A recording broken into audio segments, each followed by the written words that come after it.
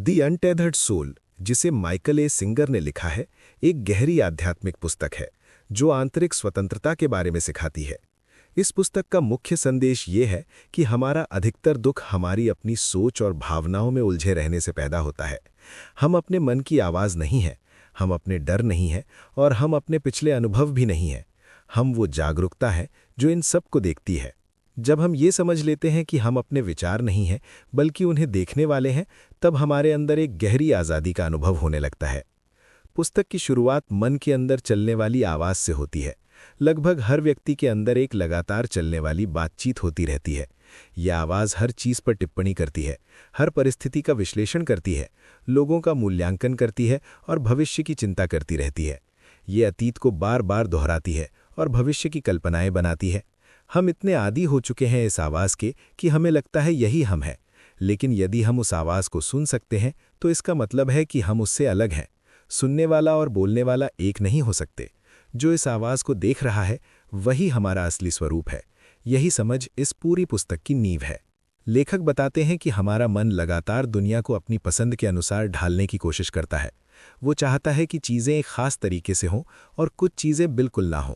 जब वास्तविकता हमारी मन की अपेक्षाओं से अलग होती है तो हम परेशान हो जाते हैं। हमें गुस्सा आता है, चिंता होती है या दुख होता है। असल में दुख का कारण परिस्थिति नहीं बल्कि हमारी अपेक्षाएं और उनका टूटना है।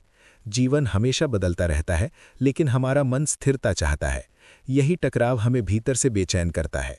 पुस्तक हमें सिखाती है कि विचारों से लड़ने के बजाय उन्हें देखना सीखें। जब कोई नकारात्मक विचार आए तो उसे पकड़ने या दबाने की जगह बस उसे देखें, उसे आने दें और जाने दें। जैसे आसमान में बादल आते हैं और फिर आगे बढ़ जाते हैं, वैसे ही विचार भी आते हैं और चले जाते हैं। अगर हम उन्हें पकड़कर नहीं बैठते तो वे खुद ही शांत हो जाते हैं। धीरे धीरे हमारे अंदर एक खाली जगह बनती है, एक शांति का स्थान जहां हम विचारों से परे होते हैं। भावनाओं के बारे में भी पुस्तक गहराई से समझाती है। जब हमारे साथ कोई दुखद अनुभव होता है तो हम अक्सर उसे पूरी तरह महसूस नहीं करते। हम उससे बचने की कोशिश करते हैं। हम अपने अंदर सख्ती पैदा कर लेते हैं। यही सख्ती बाद में हमारे भीतर जमा हो जाती है।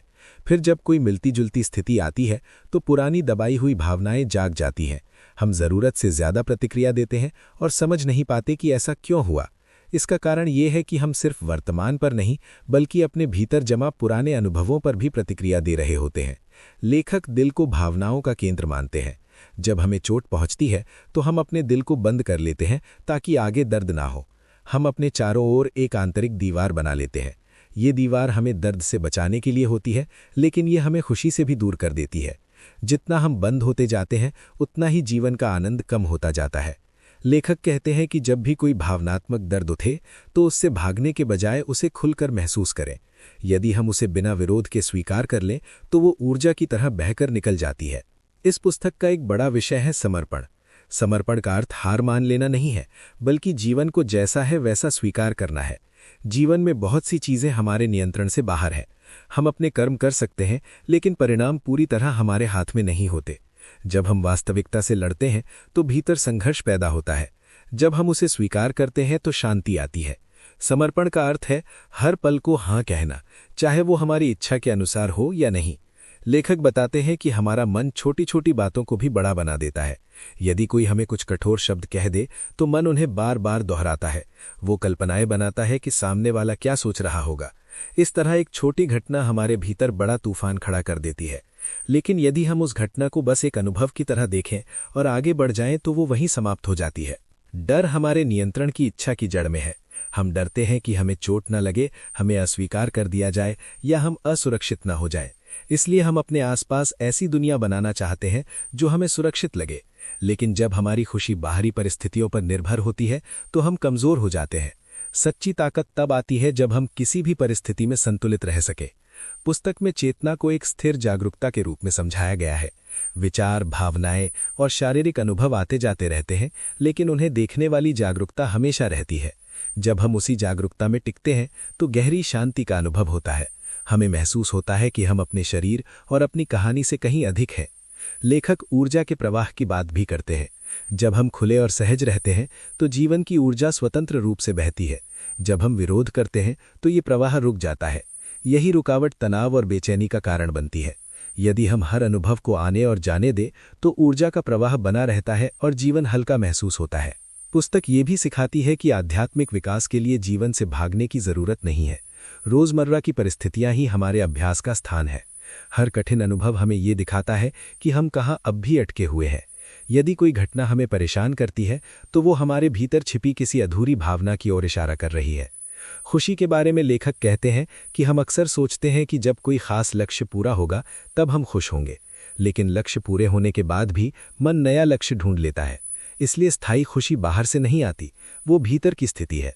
यदि हम बिना शर्त खुश रहना सीख लें तो परिस्थितियां हमें आसानी से नहीं हिला पाएंगी। पुस्तक में 3 अवस्थाओं का वर्णन है। पहली अवस्था है विचारों में खो जाना, दूसरी अवस्था है विचारों को देखना, तीसरी अवस्था है उस शुद्ध जागरूकता में स्थिर हो जाना जहां विचार पृष्ठभूमि में चले जाते हैं। ये अंतिम अवस्था गहरी शांति और विस्तार का अनुभव देती है।